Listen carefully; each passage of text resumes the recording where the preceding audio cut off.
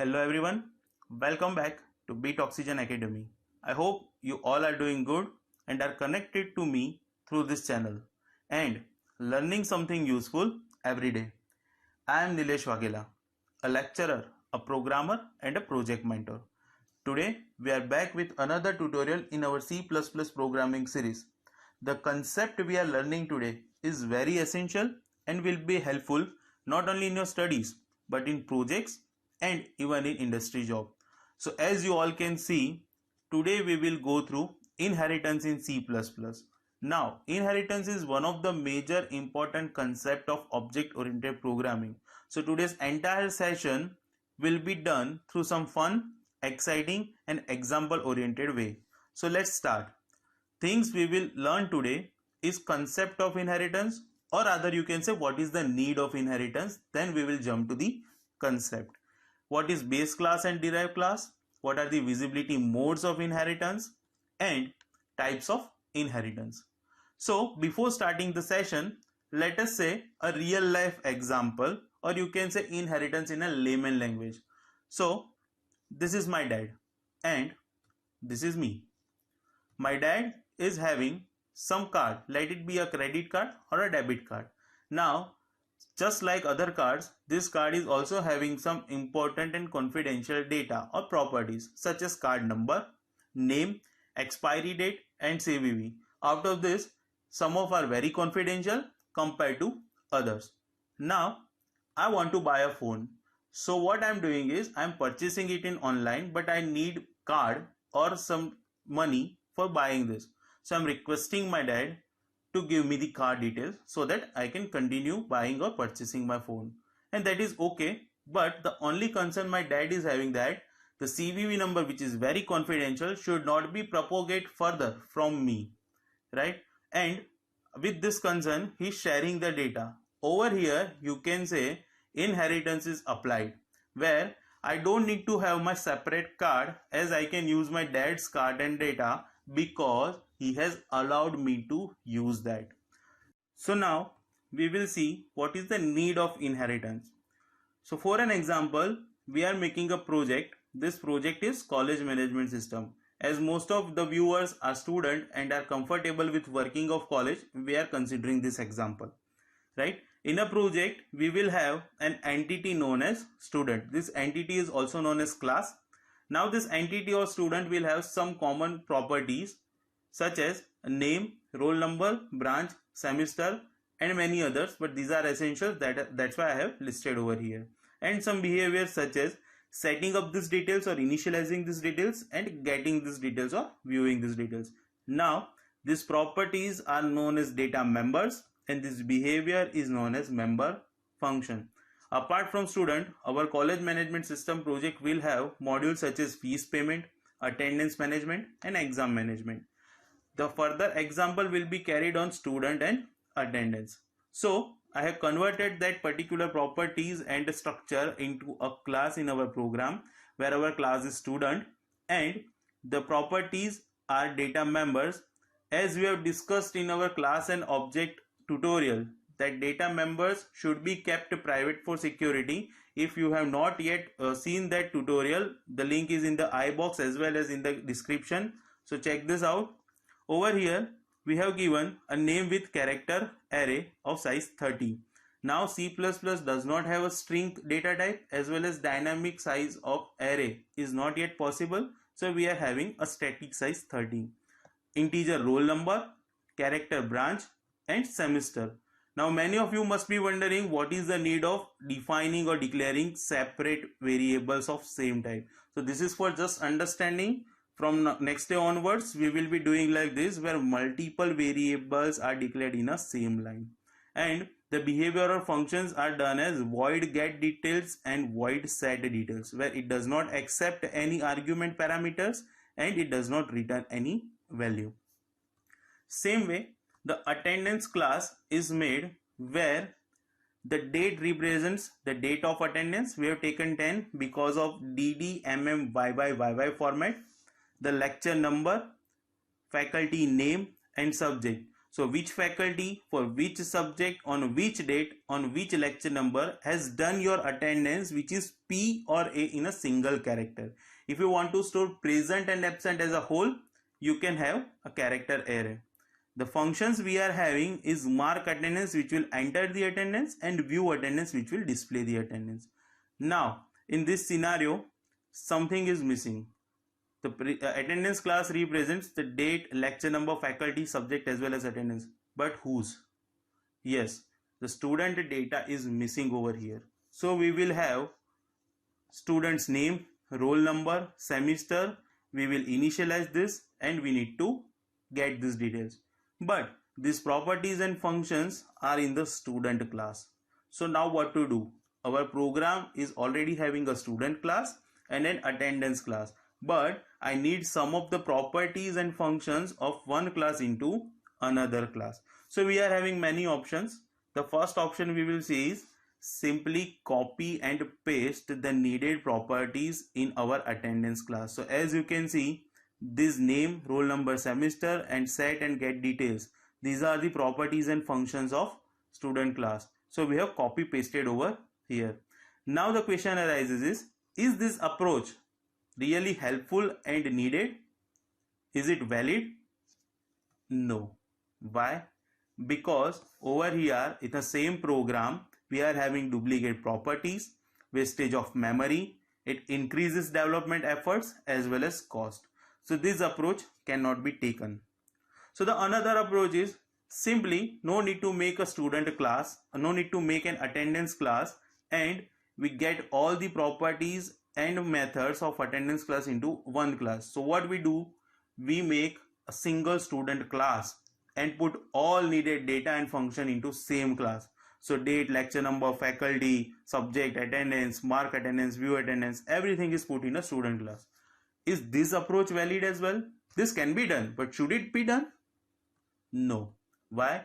Because now this class neither represents student properly nor represents attendance properly. So this option is not valid as well. So now what? So we will have third option where we are having a separate student class which is having necessary common properties. We are having attendance class which fully represents attendance only, and there must be some way through which my attendance class can borrow the data of student class. This is done using inheritance. So now inheritance will help classes borrow data and function from other class. So that was the need of inheritance. Now we will see the concept and definition. So if we want to define inheritance, it can be defined as a process by which one class will borrow properties from the another class. This can be done where some of the classes are having common properties. These properties are also known as data and functions. We don't need to define them in both the classes. What we will do, we will use the advantage of C++, which is code reusability, and that can be done using inheritance, where common properties will be declared in a single class which will act as a base or foundation for other classes.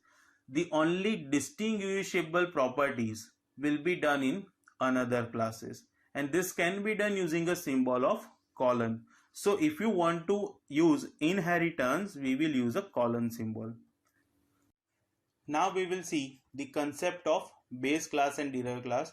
Through this detailed explanation, you all might have already known that base class is a class from which we will borrow the properties or other class will borrow the property, and derived classes or class is a class which borrows the property. So if we graphically represent this, it will be done like this, where base class and derived class will have an arrow like this. This represents inheritance in graphical terms, where the head represents the derived class and the tail will represent the borrow class. This way, all or some of the functions and properties will be borrowed from the base class. Now, we'll come back to our real life example. Over here, my dad is a base class because he is having the properties and I am sharing these properties, and I am the derived class. In our college management example, now the student will act as a base class, while derived classes will be my attendance, marks as well as fees payment, and we will be having a symbol of colon like this. Now we will see the visibility modes of inheritance. This is also known as access permission or access mechanism of inheritance, and it is also known as inheritance types. So first one is public inheritance. This all is same as access modifier, which is public, private and protected, which is also being discussed in our previous lecture, which is class and object. So you can also check out that as well.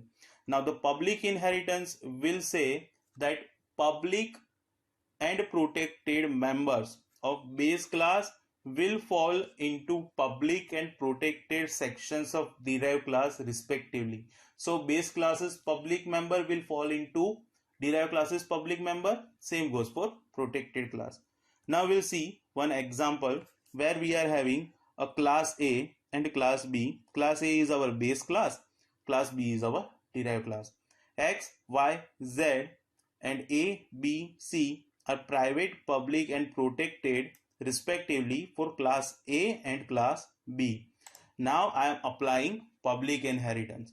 So the public data will fall in public and the protected data will fall in protected. So now class B will inherit Y as a public and Z as a protected. One thing we all will keep in mind that C++ never allows private data of base class to be inherited. So X is never going to be inherited in our B, right? Let it be a public inheritance, protected or private. Now the next visibility mode is our protected inheritance. Public and protected members of base class will be into protected section of derived class. So again, in this example, my public and protected member of base class will be given into protected section of my derived class. And the last one is the private inheritance, where both public and protected members of base class will be private in my derived class. So this Y and Z of base class will be private in my derived class. But X is never going to be derived, right? It is not going to be inherited anyway. Now the question over here is, the concern of my dad is any CVV which is shared with me should not be given further or should not be shared further. The question is, how can we achieve this? Where the child class can inherit important data, but child class of my class or me should not use this. That way we can restrict misuse of this data. So give us your answer in the comment how we can achieve this. Now we will see types of inheritance. So inheritance is categorized into 5 types: single inheritance, multiple inheritance, multi-level inheritance, hierarchical inheritance and hybrid inheritance. We will have separate video tutorials with demo programs and examples of each inheritance.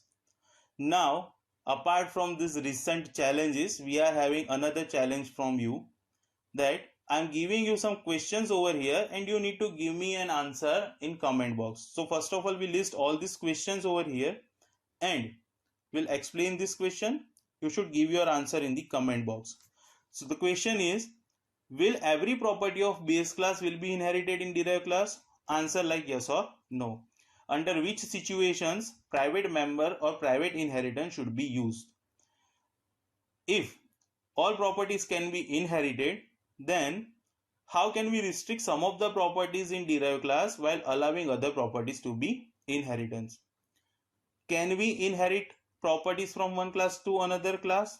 If yes, then by which symbols? And we have already seen this symbol. Now we are having this symbol. So which one is used for which purpose? Apart from this, let us also know that after inheritance videos, which video or concept you would like to have. So give your answer in the comment section.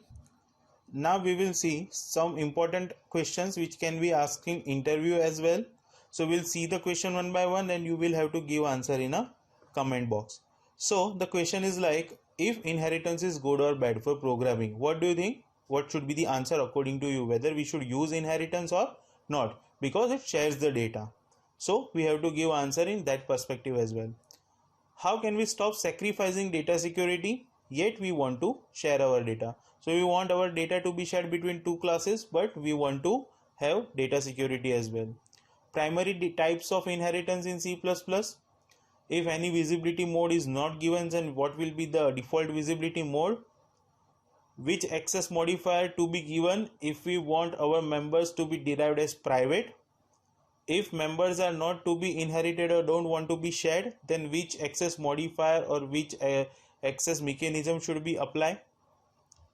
If we want our private data members to be inherited, then now what changes I should make in a program? If we want to change any mechanism of access, or we should change the data members accordingly, or what?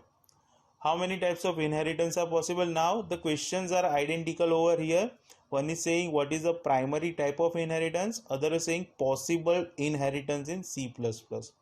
Then what is derived class and base class, and if we want to relate two classes such as parent-child relationship in C++ program, how can we achieve this? So if I'm writing a program, then how can I apply this parent-child relationship? So let us know your answers in the comment section. If you want this question to be used somewhere, then you can use it. It is freely available. The link is given in the description box, so you can download from that as well. So this is it for today's session. I hope you will like this video. Keep liking and sharing our videos with your friends. The motto of this channel is to reach out as many students as we can of computer IT stream and any other stream. Subscribe BitOxygen Academy in case you have not yet subscribed. You can also follow us on Instagram. How you have liked this video, let us know in the comment section. In case of any queries, inquiries or help, you can also write us an email. Our email is in the description box, or let us know in the comment section. I am Nilesh Wagela from BitOxygen Academy. Be logical, keep breathing, keep programming.